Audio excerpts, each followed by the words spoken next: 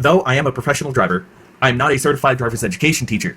My goal is to share my experience and hopefully put safer drivers on the road with me. However, I'm only human, and your decisions are ultimately your own.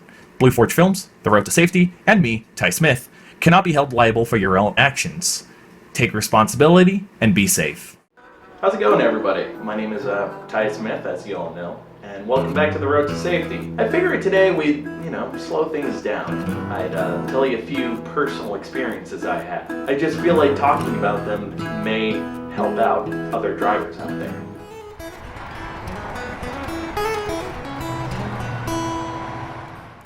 So, the first story that I have actually happened at the beginning of, I want to say last year. So, I was on my way to work, and I was on a little place called Rainier Avenue, if anybody knows what I'm talking about. It's in Renton. And I was planning on, making a U-turn and going into the IHOP before work. But what happened was that it was two left-hand turn lanes. And the far left, you can make a U-turn. It is legal to do so. There's a sign saying so.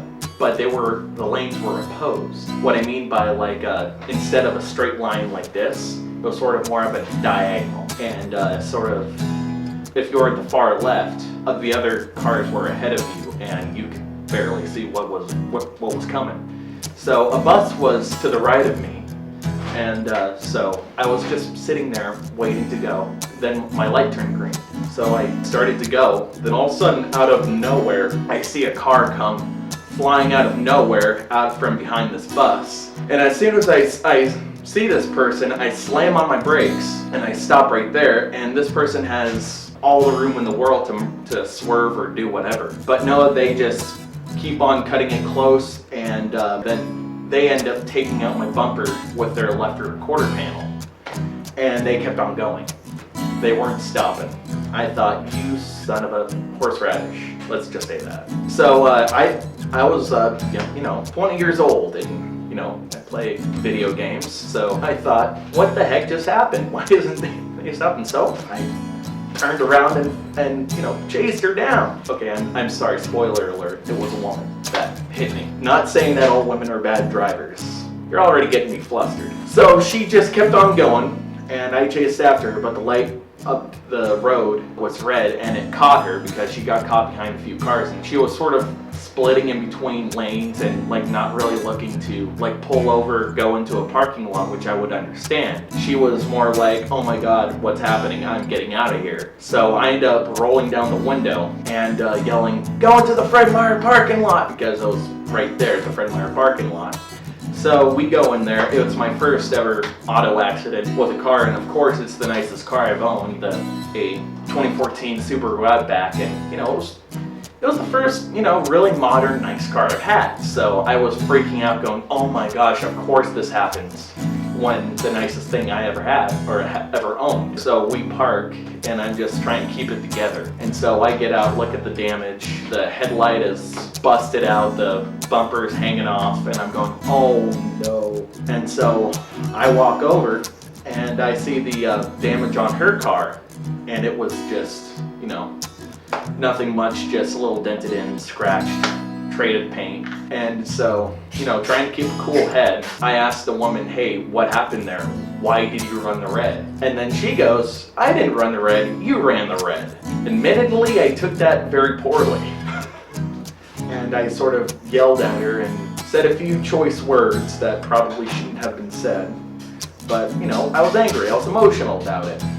And I just said, hey, that is wrong. Let's just abbreviate it to that. So I realized I was getting out of control, and so I removed myself from that situation and plopped myself back in my car and was pulling up my insurance info. So after I did that and calmed down, I decided to get out and start taking pictures. So I took pictures of my bumper, I took pictures of her quarter panel, and she looks at me and goes, I called the cops! And I'm like, that is fantastic, thank you very much. So then I return back to my car, and then I see two police cars roll up, and this big burly dude jumps out, and then the other one, smaller but respectably sized police officer, steps out. And then they go, what's happening? I heard complaints of a domestic dispute, and I thought, oh no, because I yelled and use those choice words, which shouldn't have been said in the first place, but I was emotionally charged. So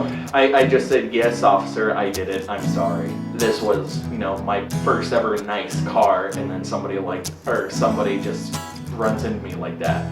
So I explained my story to the officer, and then the officer went over and the gal gave her explanation and came back and said, well, this is going to be a no-fault accident because our stories didn't line up. And that was sort of like, oh God. It was bad, and I was already, shooken up. Granted, it could have been way worse, but it was still, not good, because the officer just said, okay, well, just let the insurance companies sort it out.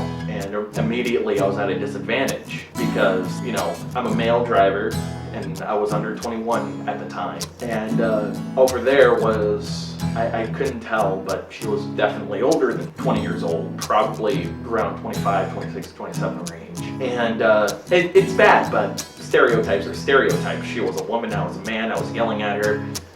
It could have easily gone her way. Now, fast forwarding through the battle with the insurance company, because after that they let us go and I didn't get charged with anything, but I had a real heart-to-heart with the officer about getting into fisticuffs about a busted up car. And I said, I'm sorry, it won't happen again. And it hasn't. So after all that happened, I went home, ended up missing work because I was, I was sort of shaken like that, and I really didn't want to be behind a wheel of a semi-truck doing that. So I called in sick last minute.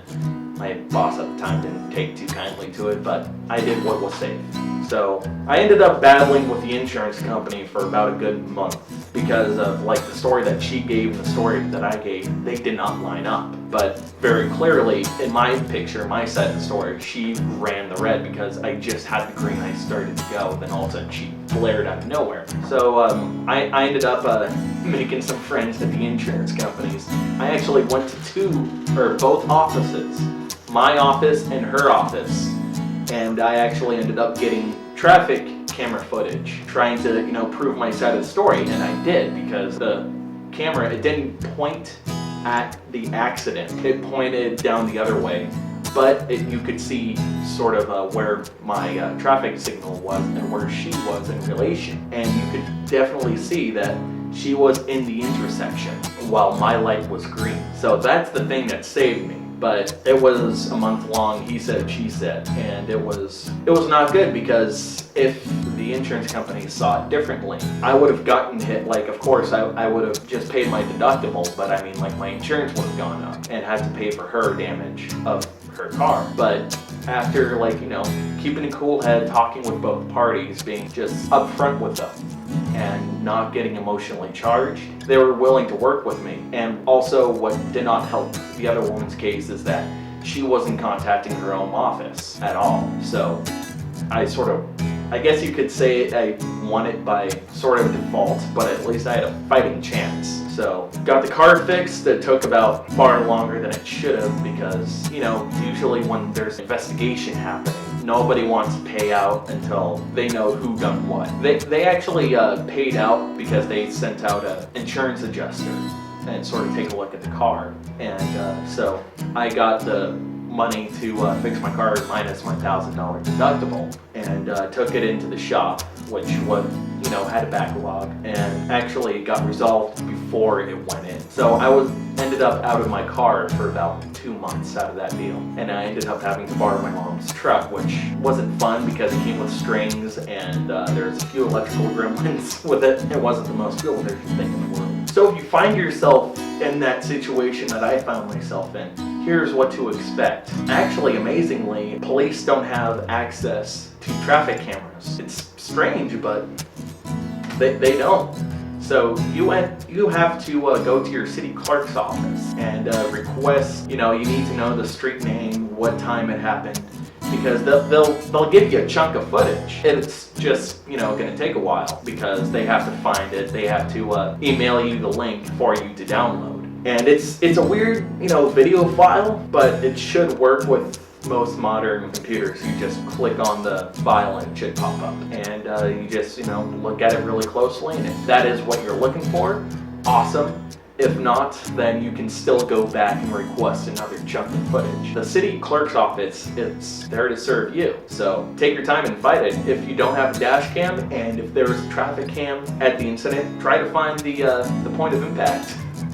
Thank you all very much for watching and or listening to The Road to Safety. Once again, my name's Ty Smith, and if you really like what we're doing here, please leave me a like and make sure you subscribe, so that way my studio knows that, you know, I'm doing something right and I'm not wasting everybody's time. And if you'd like to see more of just me sitting down talking about my past experience, make sure you leave it in the comments below. See you next time.